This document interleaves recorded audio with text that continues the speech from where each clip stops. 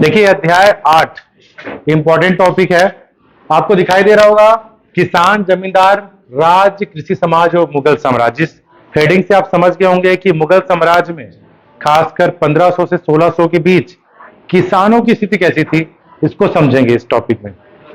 सब बेताब हो ना जानने के लिए किसान कैसे थे उस समय, कैसे रहते। तो गांव में बताया गया है कि उस समय 85% आबादी गांव में रहती थी और गांव के अधिकांश लोग 85% लोग कृषि पर संलिप्त थे, कृषि कार्य करते थे। दो प्रकार के वर्ग थे, एक तो बोल सकते हैं किसान, छोटे किसान, और एक है बड़े किसान, मतलब भूमिहर संभ्रांत। संभ्रांत मतलब अमीर, भूमिहर जिनके पास भूमि है। दो वर्ग। शिवा ध्यान दे दे इधर, है ना। तो देखिए दो वर्ग हैं, दो वर्ग हैं। क्लियर हुआ यहाँ पर। मतलब गांव के जो समाज में दो वर्ग हैं, छोटे किसान, बड़े किसान। छोटे किसान के पास जमीन नहीं है खुद का, बड़े किसान के पास जमीन है। बोला गया गुजरात में या महाराष्ट्र में जिनके पास 8 एकड़ से ज्यादा जमीन होता था वो आते थे संभ्रांत वर्ग में।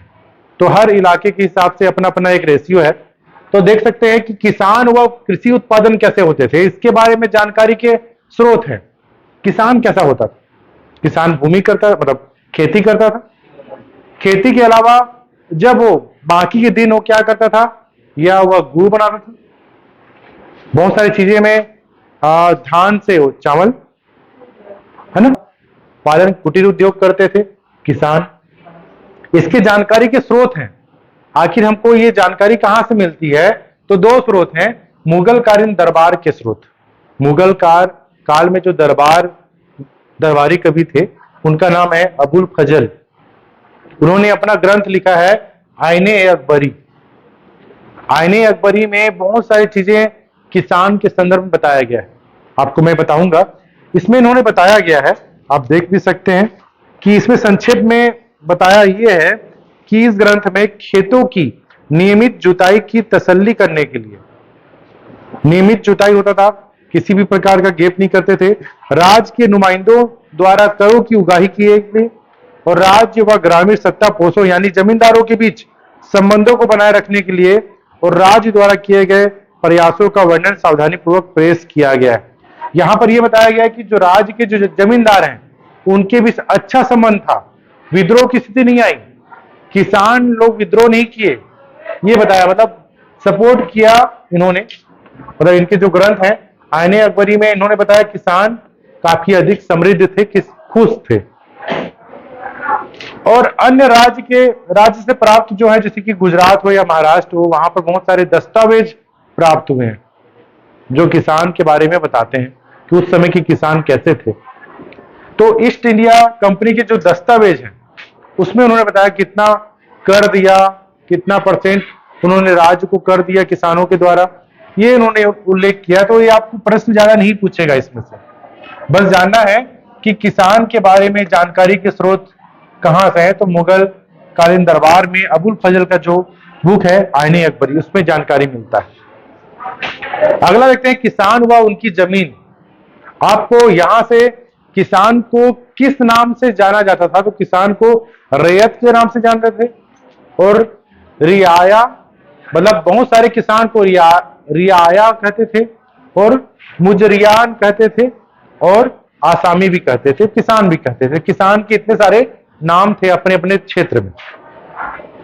अब यहां पर इंपॉर्टेंट हो जाता है, जो पूछा जाता है क्वेश्चन, ये पूछा भी गया था 2019 में, खुद कास्ट क्या है?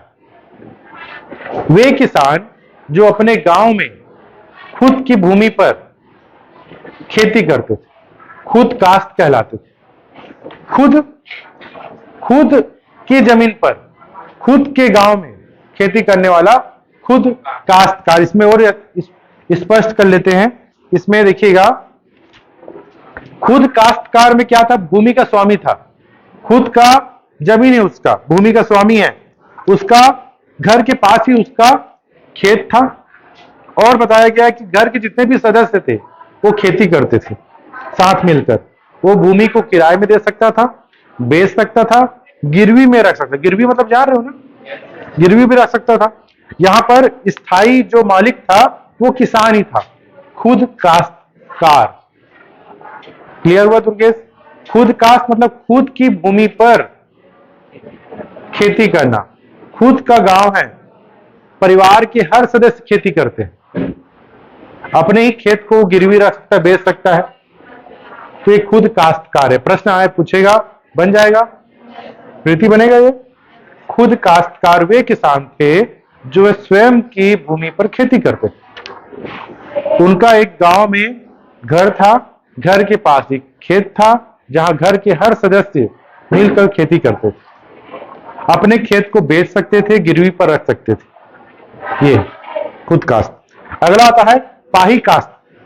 पाही काश्त मतलब दूसरे गांव से आया हुआ जो किसान है वहां बस गया है, या दूसरे गांव का व्यक्ति जो है दूसरे गांव में खेती कर रहा है, खेती किया फिर अपने गांव चला गया, ये पाही काश्त होता है। पाही काश्त में देखिएगा, पाही काश्त वे खेतीहर थे जो दूसरे गांव से ठेके पर खेती करने आते थे। लोग अपने शर्तों पर पाही काश्त बनते थे।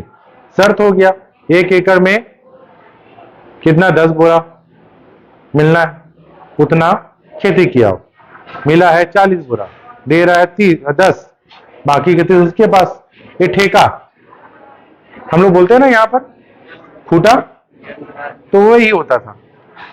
पाही काश्त में करों की शर्तें दूसरे गांव में बेहतर मिलने पर या मजबूरन भी अकाल या भुखमरी के बाद आर्थिक परेशानी से भी है, तो ये यहां पर दिया गया है।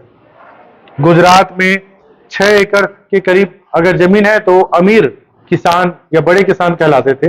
तो पाही काश्त समझ में आया? प्रश्न पूछेगा खुद काश्त और पाही काश्त में क्या अंतर है? अपने भूमि अपने खेत पर खेती करने वाला क्या कहलाता था?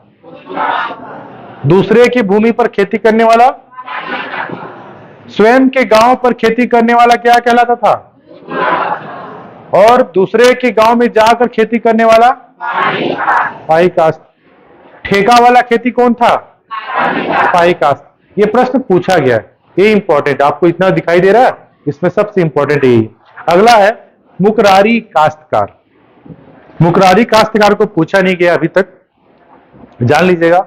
भूमि पर पैतृक अधिकार होता है, मतलब पैतृक अधिकार मतलब आपके जो दादा परदादा का जो भूमि है उस पर अधिकार है आपको, है ना? और वह भूमि को बेच सकता है। अब वो परदादा का है मगर नाती बेच दिया, हस्तांतरित कर दिया, या गिरवी में रख दिया, या ये अलग प्रकार का होता है, यानी कि भूमि किराए में देता था। मतलब समझ लीजिए राम कुमार जो है अपने परदादा का जो खेत है उसको मिला है, वो किसी को किराए में दे सकता है। उमेन को किराए में दे दिया, वो खेती कर सकता है, बदले मुझसे पैसा ले रहा है, या बेच सकता है। तो ये मुकरारी काश्तकार है जो प्रश्न नहीं पूछा जाता है। आपको इंपॉर्टेंट है खुद काश्तकार और पाही काश्त, ये 4 नंबर का प्रश्न पूछा है। बन जाएगा ओंकार? बनेगा? किसी को समझ में? बस सभी को आया? क्लियर हुआ? ये खुद काश्त पाही काश्त हुआ। खुद मतलब खुद की जमीन पर, पाही मतलब दूसरे की जमीन पर। क्लियर? हम देखेंगे सिंचाई के क्या साधन थे। तो सिंचाई के साधन देख सकते हैं कि अधिकांश जो थे पूरा वर्षा पर डिपेंड थे। हर किसान वर्षा पर डिपेंड था। जैसे चावल है, धान की जो खेती है पूरी तरह से वर्षा पर डिपेंड हुआ करती थी, मगर कुछ फसल थे, बाजरा थे, मक्का थे, ज्वार थे, इसके लिए पानी की कम आवश्यकता होती है, मगर पानी कुछ तो चाहिए, तो उसके लिए सिंचाई की व्यवस्था थी। तो शाहजहां ने पंजाब में शाह नहर बनाया था। शाह नहर पंजाब में शाहजहां के द्वारा बनवाया गया था, तो नहर के द्वारा भी व्यवस्था किया गया, रेहट के द्वारा भी। आपको पुस्तक में दिखाई दे रहा होगा रेहट, आप बहुत सारे फिल्मों में या सीरियल में देखे होंगे। इस प्रकार से रेहट है, एक गहरा क्षेत्र है, कुआं है, वहां पर बहुत सारे डब्बे हैं, बर्तन है, बाजू में बेल है, बेल राउंड कर रहा है और वो पानी उस गहराई से बाहर निकलता जा रहा है। ये रेहट है, पद्धति है सिंचाई की। तो सिंचाई की जो पद्धति है इस बारे में एक बार प्रश्न पूछा गया है। प्रश्न पूछा गया है कि मध्य मुगल काल में सिंचाई की क्या पद्धति थी, तो आप बता सकते हैं कि अधिकांश जो था वर्षा पर आधारित था खेती, कुछ नहर पर और कुछ रेहट पर। आप देख सकते हैं रेहट कैसा था, है ना। इसके अलावा और भी बहुत सारे क्षेत्र थे, यहाँ पर नवीन तकनीक का प्रयोग किया गया। तो सिंचाई का है। अब अगला देखते हैं प्रमुख फसलें जो हैं, खरीफ फसलें और रबी फसलें। खरीफ फसल में क्या थी, आप सभी जान रहे हैं कि आगरा में 39 किस्म की फसलें थी, दिल्ली में 43 किस्म की फसलें लगाई जाती थी, मगर बंगाल में सिर्फ चावल की जो किस्म थी 50 किस्म। और चावल की खेती सबसे अधिक बंगाल में होता था और अभी भी हो रहा है पश्चिम बंगाल में। पश्चिम बंगाल चावल के उत्पादन के मामले में नंबर 1 में है। ये था। आपको यहां पर एक इंपॉर्टेंट क्वेश्चन ये आएगा, इसको मैं स्टार देना चाहूंगा। ये प्रश्न पूछता ही है, जिनसे कामिल मतलब सर्वोत्तम, सर्वोत्तम फसल क्या है। मुगल साम्राज्य के दौरान जिनसे कामिल का शब्द का प्रयोग किस लिए किया गया, फसल के लिए किया गया। जैसे कि इसमें गन्ना या कपास आपको खरीफ रबी फसल में दिखाई दे रहा है, जो खाद्यान्न फसलें हैं, तिलहन फसलें दिखाई दे रही हैं। मगर जिनसे कामिल वे फसल आते हैं जिनसे मुनाफा ज्यादा होता है, व्यापारियों को ज्यादा फायदा होता है, किसानों को ज्यादा फायदा होता है। तो ये आएगा गन्ना। गन्ना से क्या बन रहा है, गुड़। उस समय शक्कर तो बनता नहीं था, गुड़ आया, और गुड़ तो सभी को चाहिए। कपास वस्त्र बनने हैं। तो जिस एक कामिल में कौन से फसल आते हैं, तो गन्ना और कपास। नाम याद रखिएगा, जिनसे कामिल मतलब इसका अर्थ होता है सर्वोत्तम फसल। देखते हैं इसमें, ये मुगल राज्य के किसानों को बढ़ावा देते थे कि आप ये फसल लगाएं और अधिक से अधिक मुनाफा कमाएं, क्योंकि ये फसल लगाने से किसान तो मालामाल होते ही थे, राज्य भी मालामाल होता था, क्योंकि उनको टैक्स ज्यादा मिलता था, कर ज्यादा मिलता था। और ये जो कपास है, मध्य भारत और दक्षिणी पठार में अधिक मात्रा में उगाया जाता था, और बंगाल में चीनी प्रसिद्ध थी, बंगाल की चीनी। इसके अलावा तिलहन, सरसों, दलहन भी था, और बहुत सारे। तो यहां पर आपको जिन से कामिल समझ में आया। ये प्रश्न पूछेगा आपको, मैं इतना अधिक बता रहा हूं, उसमें इंपॉर्टेंट है खुद कास्ट, पाही कास्ट, जिन से कामिल। 3 इंपॉर्टेंट है, 3 को आपको भूलना नहीं है। खुद कास्ट कौन था, हाँ, और पाही कास्ट दूसरे, ठीक है। जिनसे कामिल में कौन से फसल आते हैं, गन्ना, कपास। इसमें मुनाफा किसानों को ज्यादा, राज्य को ज्यादा। राज्य को ज्यादा कर मिल रहा है और किसानों को ज्यादा मुनाफा मिल रहा है। इसके अलावा बहुत सारे फसल आए, बहुत सारे क्या है, आगमन हुआ। जैसे कि टमाटर, प्राचीन काल में टमाटर नहीं था भारत में, मगर टमाटर आए इसी काल में, 17वीं सदी में टमाटर आया। अब टमाटर के बिना आप रह नहीं सक रहे हैं। आलू आया, है ना, पुर्तगालियों ने लाया आलू। मिर्च आया, पहले काली मिर्च का यूज करते थे, मिर्च भी आया। मक्का आया, मक्का कहां से आया, अफ्रीका रास्ते आया, स्पेन रास्ते आया। तो ये देख सकते हैं, तंबाकू का भी प्रसार हो गया। तंबाकू का धूम्रपान करने का लत जोर पकड़ लिया, और जहांगीर इस बुरी आदत के प्रचार से इतना चिंतित था कि इसे बंद कर दिया, पाबंदी लगा दिया था। जहांगीर, तंबाकू पर किसने प्रतिबंध लगाया था, किसने, जहांगीर ने लगाया था, क्योंकि जहान बर्बाद हो रहा था। तंबाकू, धूम्रपान के नशे में जहान बर्बाद हो रहा था, जहांगीर ने पाबंदी लगाई। ठीक है प्रेम, है? हम देख सकते हैं कि ये बहुत अच्छा क्वेश्चन है कि शाह नहर किसने बनवाया था, कहां बनवाया था, तंबाकू पर प्रतिबंध किसने लगाया, जहांगीर ने। अरे याद करने का तरीका यह है, धूम्रपान से जहान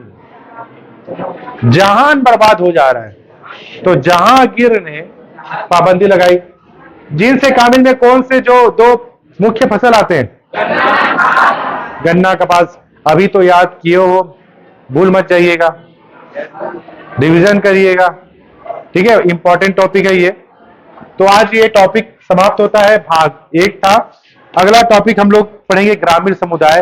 गांव में किस प्रकार की जाति व्यवस्था थी, पंचायत का मुखिया कौन था, और किस प्रकार के पंचायत के फैसले का विरोध करने से क्या दंड मिलता था पंचायत का फैसले का। और जगह एक छोटा गणराज्य किसे कहते थे, प्रश्न पूछा जाता है। महिलाओं की स्थिति कैसी थी, महिलाओं की स्थिति कैसी थी, किस प्रकार से महिलाएं पत्थर तोड़ रही हैं फतेहपुर सिकरी। तो ये बहुत सारी चीजें हैं। तो आज का क्लास यहीं तक, मिलते हैं नेक्स्ट क्लास में। मगर धरती की बेचैनी को बस बादल समझता है।